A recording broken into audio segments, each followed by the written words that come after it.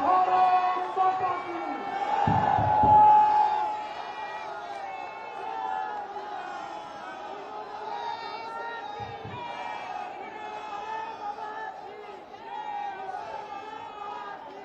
सियावर रामचंद्र भगवान की। सियावर रामचंद्र भगवान की। जगत जननी मां भगवती जानकी की। जगत जननी मां भगवती जानकी की। भारत माता की। भारत माता की। वंदे वंदे वंदे। नमः पार्वती पतिये हर हर।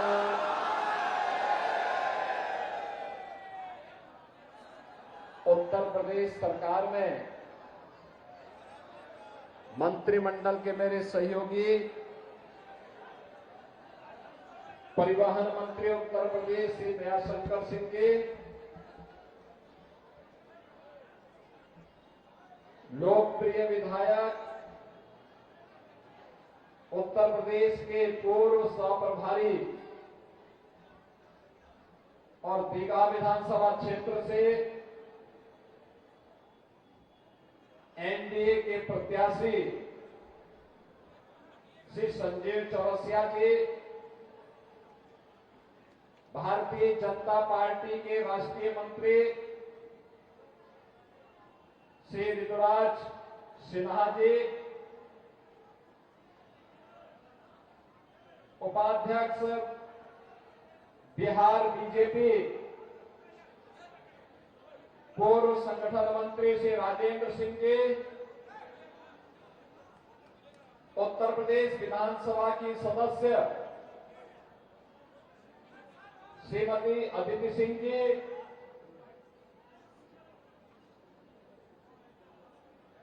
विधान परिषद की पूर्व सदस्य और पूर्व राष्ट्रीय उपाध्यक्ष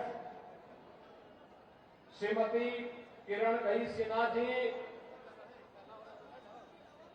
हमारे इस क्षेत्र से पार्षदगण श्रीमती सुचित्रा सिंह जी, श्रीमती सुशीला देवी जी, श्रीमती रीता रानी जी, श्रीमती श्वेता राय जी, श्री जीत मुखिया जी, भारतीय जनता पार्टी, जेडीयू, लोक जनशक्ति पार्टी, हम और एनडीए के हमारे सभी सहयोगी दलों के पदाधिकारीगण भारी संख्या में दीघा विधानसभा क्षेत्र के सभी उपस्थित मेरे बहनों और भाइयों, जिस धरा ने आज से 2000 वर्ष पहले भारत के स्वर्ण युग को लाने का कार्य किया था, ऐसी पावन धरा को कोटि कोटि नमन करते हुए दीघा के नागरिकों का मैं हृदय से अभिनंदन करता हूं, स्वागत करता हूं। बहनों और भाइयों,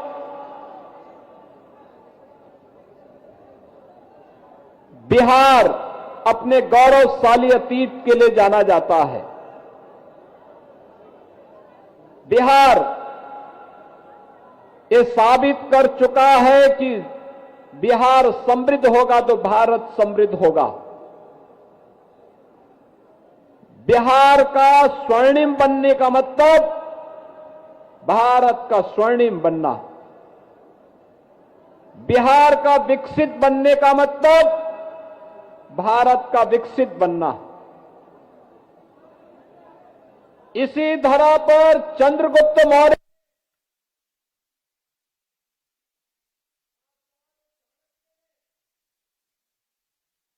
करके दिखाया था। बिहार की वह धरती है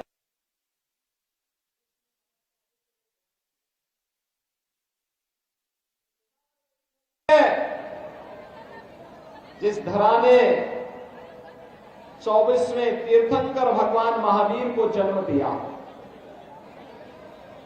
ये बिहार वही धरा है जहां पर मां जानकी ने जन्म लेकर के साक्षात जगत जननी मां भगवती लक्ष्मी के रूप में जन्म लेकर के उत्तर प्रदेश और बिहार के संबंधों को सदैव के लिए रोटी बेटी के अटूट संबंध के साथ जोड़ने का काम किया। बिहार की वही धरा है जब भी कोई लोकतंत्र पर प्रहार करेगा बिहार उठ खड़ा होगा। बिहार के नौजवानों का जज्बा जो लोकनायक जयप्रकाश नारायण के नेतृत्व में कांग्रेस की दुर्विसंधि को फेल करते हुए उनके द्वारा संविधान का गला रोंदने का जो काम किया गया था, बिहार के नौजवानों ने लोकनायक जयप्रकाश नारायण के नेतृत्व में फिर से लोकतंत्र की बहाली के यज्ञ को आगे बढ़ाया था। यह बिहार की धरती जिसने देश के पहले राष्ट्रपति राजेंद्र प्रसाद जी को जन्म दिया, ये बिहार की धरती जिसने विद्यापति जैसे साहित्यकार दिए, ये बिहार की धरती जिसने मैथिली और भोजपुरी की छठ की परंपरा को वैश्विक मान्यता प्रदान करने वाली शारदा सिन्हा को जन्म दिया। ऐसी पावन धरा को कोटि कोटि नमन करने का कि इच्छा किसकी न हो रही हो। बहनों और भाइयों, उसी परंपरा का निर्वहन करने के लिए मैं आपके बीच आया हूं। मैं बीच में आने वाला था लेकिन समय नहीं मिला, लेकिन मैं आपको धन्यवाद करने के लिए आया हूं। लोकसभा चुनाव में आपने भारतीय जनता पार्टी के वरिष्ठ नेता श्री रविशंकर प्रसाद जी को भारी बहुमत से विजयी बना करके जो कार्य किया है उसके प्रति आप सभी का हृदय से आभार। बहनों और भाइयों, कौन वे लोग थे जो इतनी गौरवशाली परंपरा को जिन लोगों ने पहचान के संकट के दौर से गुजारा था, आज से 20 वर्ष पहले बिहार के सामने क्या हालात पैदा हो गए थे। बिहार, जिस बिहार की गौरवशाली परंपरा पर भारत गौरव की अनुभूति करता है, उस बिहार के सामने पहचान का संकट खड़ा करने वाले कौन लोग थे? ये वही लोग हैं जो आज महागठबंधन के रूप में आए हैं, कांग्रेस, आरजेडी और उनके सभी पार्टनर्स। बहनों और भाइयों, ये वही लोग हैं आरजेडी के 1992 से लेकर के 2005 के शासनकाल में इस बिहार के अंदर क्या नहीं हुआ था। बिहार के अंदर जातीय संघर्ष, लगभग 6 दर्जन बड़े जातीय नरसंहार की घटनाएं घटित हुई थी बिहार में।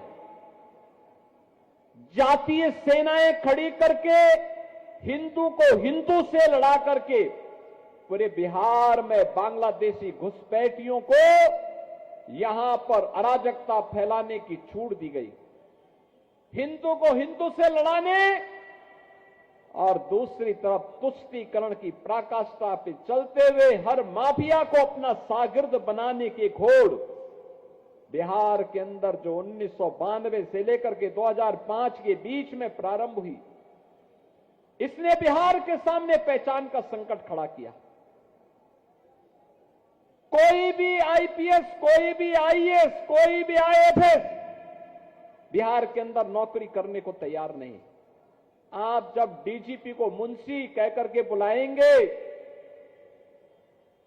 मुख्य सचिव को बाबू बोल करके बुलाएंगे, ट्रांसफर और पोस्टिंग एक उद्योग हो जाएगा, निवेशकों को अपहरण करेंगे, कोई भी नहीं आएगा। और यही बिहार के पास होता था।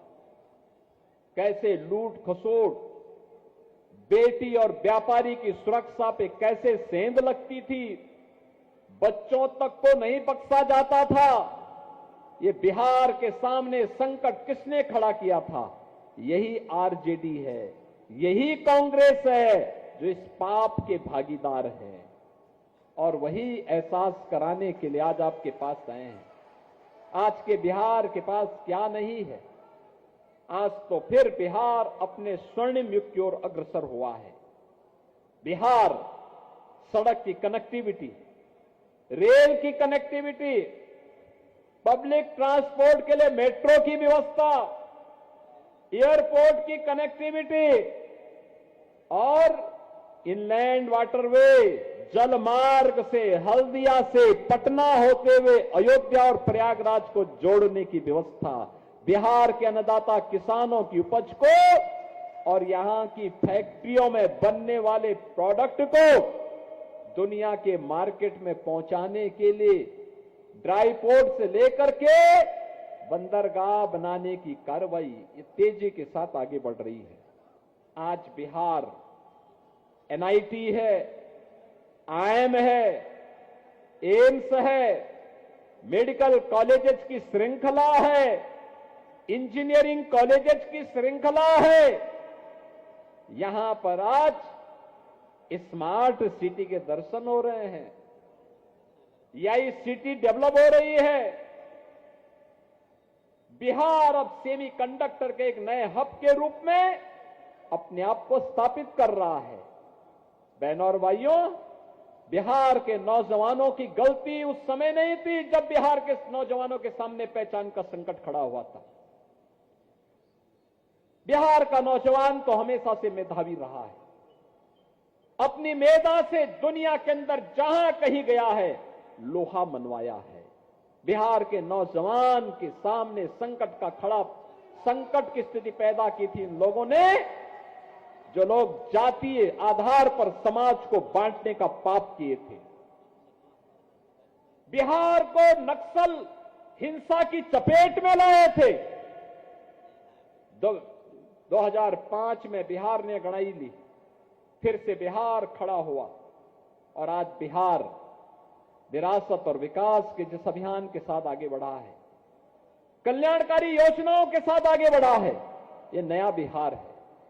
ये बिहार, जिस बिहार पर आज भारत भी गौरव की अनुभूति करता है।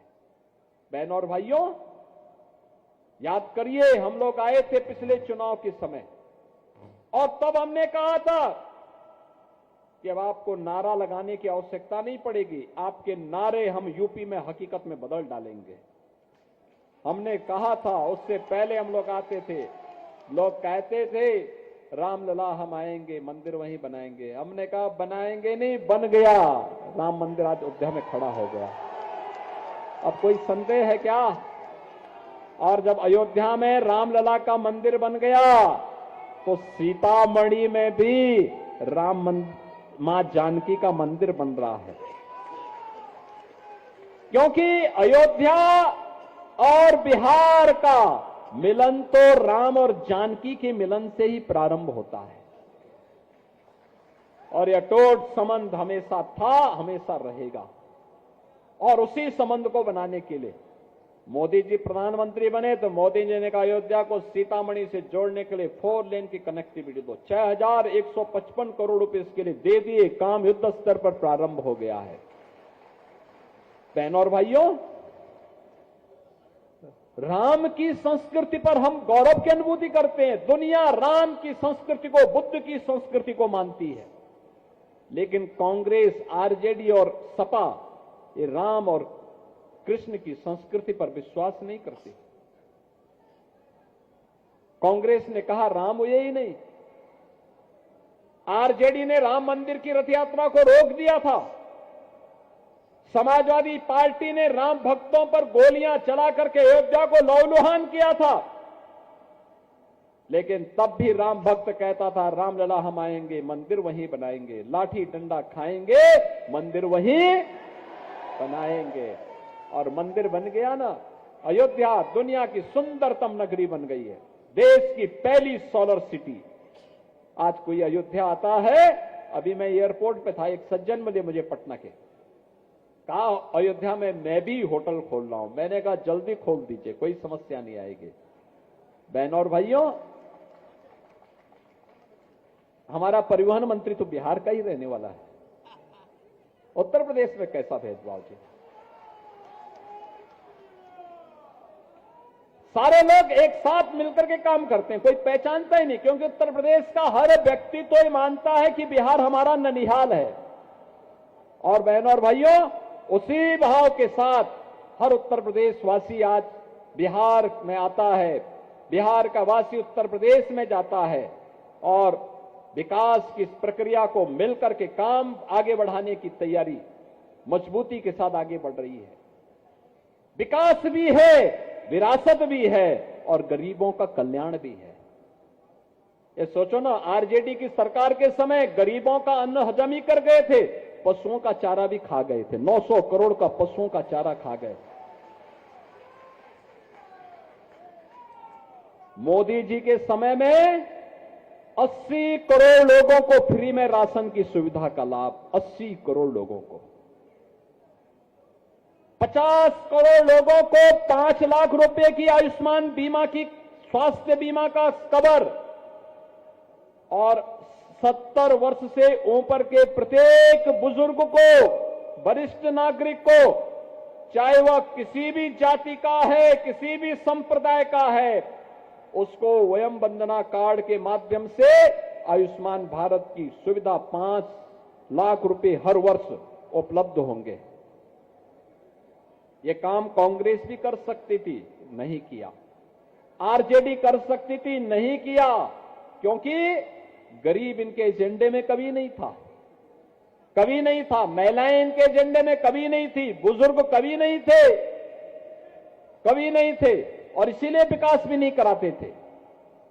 आप सोचो, 46 करोड़ गरीबों के बैंक अकाउंट खुल गए, मीडिएटर समाप्त, सरकार का पैसा, पेंशन का पैसा हो, सहायता का पैसा हो, सीधे गरीब के खाते में जाएगा, महिलाओं के खाते में जाएगा।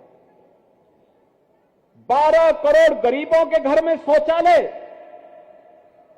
10 करोड़ गरीब महिलाओं को रसोई गैस के कनेक्शन, 3 करोड़ गरीबों के घर में बिजली के मुफ्त कनेक्शन, और यही नहीं, 4 करोड़ गरीबों को मकान मिल जाए। बहनों और भाइयों, किसी गरीब को सिर ढकने के लिए, आपने देखा होगा पिछले 5 दिन कितनी बारिश पड़ रही थी। गरीब के सामने संकट खड़ा होता है जब लगातार बारिश पड़ती है। आज उसका समाधान भी मोदी जी ने कर दिया है। डबल इंजन की सरकार समस्या नहीं, समाधान पर बात करती है। आरजेडी कांग्रेस ने समस्या दी थी, इसलिए समस्या की ही चर्चा करती है। और मैं तो इन तीनों के बारे में बोलता हूं, कांग्रेस, सपा और आरजेडी। कभी राष्ट्रपिता महात्मा गांधी ने 3 बंदर दिए थे। बहनों और भाइयों, 3 बंदर थे, उस समय की व्यवस्था को दुरुस्त करने के लिए बापू ने दिए थे। एक, कान से नहीं सुनना है, गलत नहीं सुनना है, गलत नहीं बोलना है और खराब नहीं देखना है। अच्छा देखो, अच्छा सोचो, अच्छा करो। लेकिन आज महागठबंधन के पास 3 बंदर हैं, एक पप्पू के नाम पे, एक टप्पू के नाम पर, एक अप्पू के नाम पे।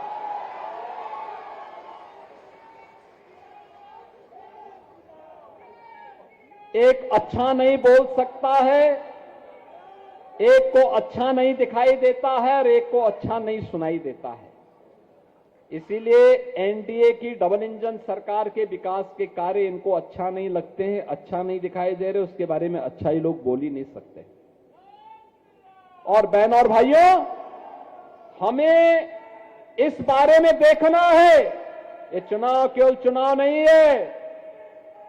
बिहार की अस्मिता को ध्यान में रख करके एनडीए सरकार के द्वारा किए गए कार्यों को आगे बढ़ाने का एक अभियान भी है।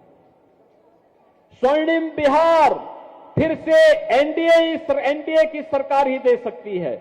और पिछले 20 वर्ष में नीतीश कुमार जी के नेतृत्व में बिहार ने जो विकास की एक लंबी छलांग लगाई है, इस लंबी छलांग को स्वर्णिम बिहार के रूप में बदलने के लिए थोड़ी प्रयास और करने की आवश्यकता है। और सौभाग्य से एक जुझारू नेता श्री संजीव चौरसिया के रूप में आपके सामने 1024 बीघा का जो बात इन्होंने उठाई है, वैसे नहीं उठाई है, क्योंकि समाधान कैसे होना है उस समाधान पर उन्होंने सोचा है, समस्या पर नहीं। और इसलिए समाधान अंतिम चरणों में चल रहा है। अंतिम चरणों में मान करके चलिए कि एनडीए सरकार बनते ही विद इन 6 मंथ वहां के हर व्यक्ति को वहां का मालिकाना अधिकार मिलने वाला है, वहां का कब्जा मिलने वाला है। क्योंकि संजीव जी ने देखा है उत्तर प्रदेश में ऐसे जितने भी विवादित क्षेत्र बना दिए गए थे, सबका समाधान हो गया है, सबका समाधान कर दिया गया। क्योंकि वहां हम समस्या रहने ही नहीं देते। वहां समस्या, वहां पर पहले अपराध की समस्या थी 2017 के पहले, उसको रोका गया, समाप्त। दंगों की थी, उसको रोका गया। माफिया की थी तो उसके लिए हमने बुलडोजर दे दिया।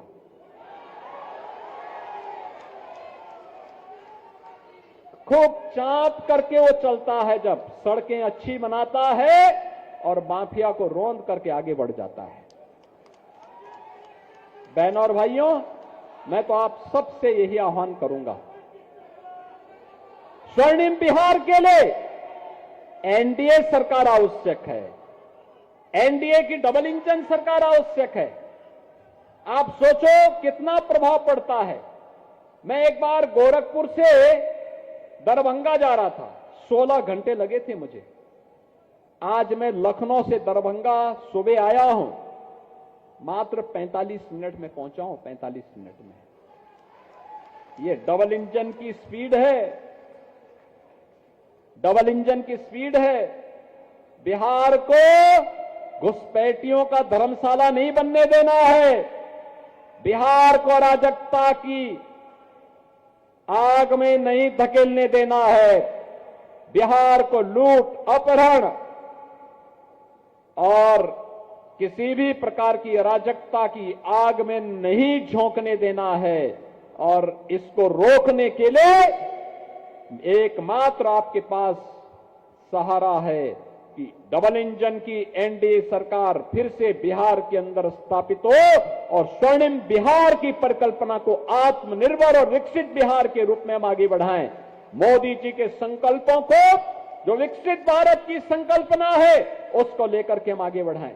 और इसके लिए बहनों और भाइयों, एनडीए ने कमल चुनाव चिन्ह पर श्री संजीव चौरसिया जी को अपना प्रत्याशी दीघा विधानसभा क्षेत्र में आपके बीच में उतारा है। आप सभी लोग संजीव चौरसिया जी को अपना आशीर्वाद देंगे ना? सभी लोग सहमत हैं? जहां तक मेरी आवाज जा रही है, दोनों हाथ उठा करके आशीर्वाद, दोनों हाथ उठा करके दिया जाता है। दोनों हाथ उठा करके सभी लोग सहमत है ना? इधर उधर उधर उधर इधर सभी लोग सहमत है ना? सबका आशीर्वाद मिलेगा। लेकिन आशीर्वाद तभी, आज 3 नवंबर हो गई और बहनों और भाइयों, कल चुनाव प्रचार पहले चरण का संपन्न हो चुका होगा। शाम को, कल सायंकाल बंद होगा। आज से, अभी से आपको घर घर जाकर के एक एक मतदाता को बताना पड़ेगा कि जाति पाति पे नहीं, किसी भी अन्यवाद में नहीं। याद करना, दुनिया से कम्युनिज्म समाप्त हो गया है। भारत के यशस्वी गृह मंत्री जी ने कह रखा है, 2026 की मार्च तक भारत को नक्सलवाद और माओवाद की समस्या से पूरी तरह समाप्त कर देंगे। तो बिहार में ये माले कहां से आ गया? ये माओवादियों को पनपने मत दीजिए, किसी भी अराजकता को आगे बढ़ने मत दीजिए। ये लोग बढ़ेंगे, माफिया प्रवृत्ति को आगे बढ़ाएंगे, अराजकता पैदा करेंगे, अव्यवस्था पैदा करेंगे, हर एक व्यक्ति के सामने सुरक्षा का संकट खड़ा कर देंगे। कतई नहीं आने देना है। गुमराह करने वाले लोगों से सावधान होइए, नक्कालों से सावधान, और देश के खिलाफ गद्दारी करने वालों से भी सावधान। केवल एक ही हमारा धर्म है, वह है राष्ट्र धर्म, और राष्ट्र धर्म के लिए एनडीए एकमात्र माध्यम है वहां पहुंचने का, उस सेवा को माध्यम बनाने का। और इसके लिए संजीव चौरसिया जी को भारतीय जनता पार्टी और एनडीए ने अपना आशीर्वाद देकर के आपके पास भेजा है। आपका आशीर्वाद मिलेगा ना? सभी लोगों का आशीर्वाद मिलेगा ना? एक बार दोनों हाथ उठा करके आशीर्वाद दीजिए, दोनों हाथ उठा करके मेरे साथ बोलेंगे, दोनों हाथ उठा करके, भारत माता की, भारत माता की, भारत माता की, वंदे वंदे वंदे, जय श्री राम, जय जय श्री राम।